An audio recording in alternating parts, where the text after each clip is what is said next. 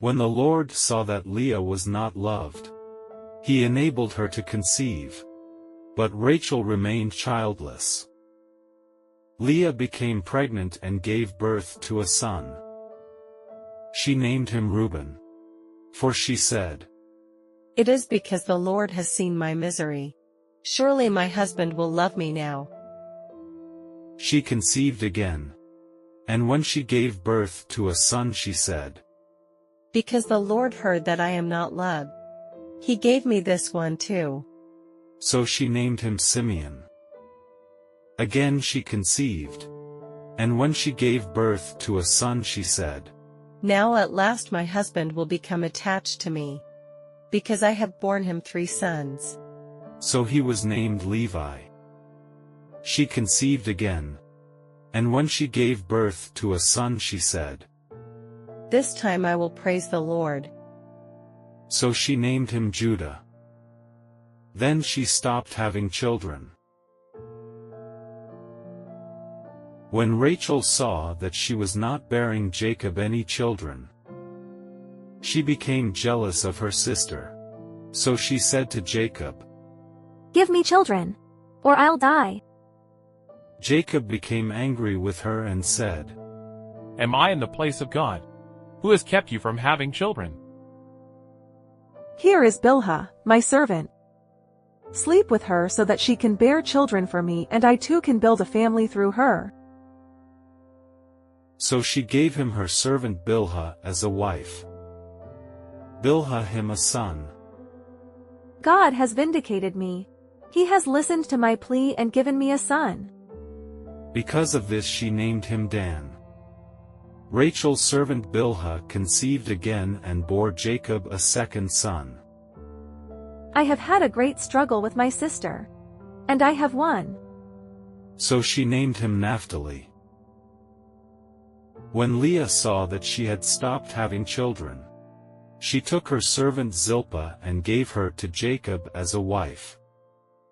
Zilpah bore Jacob a son. Leah said, "What good fortune!" So she named him Gad. Leah's servant Zilpah bore Jacob a second son. Leah said, "How happy I am! The women will call me happy." So she named him Asher. During wheat harvest, Reuben went out into the fields and found some mandrake plants, which he brought to his mother Leah. Rachel said to Leah, Please give me some of your son's mandrakes. "Wasn't it enough that you took away my husband? Will you take my son's mandrakes too?" Very well, he can sleep with you tonight in return for your son's mandrakes. So when Jacob came in from the fields that evening, Leah went out to meet him. "You must sleep with me. I have hired you with my son's mandrakes." So he slept with her that night. Leah became pregnant and bore Jacob a fifth son. "God has rewarded me for giving my servant to my husband." So she named him Issachar. Leah conceived again and bore Jacob a sixth son. "God has presented me with a precious gift. This time my husband will treat me with honor, because I have borne him 6 sons." So she named him Zebulun. Some time later she gave birth to a daughter and named her Dinah. God remembered Rachel. He listened to her and enabled her to conceive. She became pregnant and gave birth to a son. God has taken away my disgrace. She named him Joseph. Leah and Rachel's sons eventually made up the 12 tribes of Israel.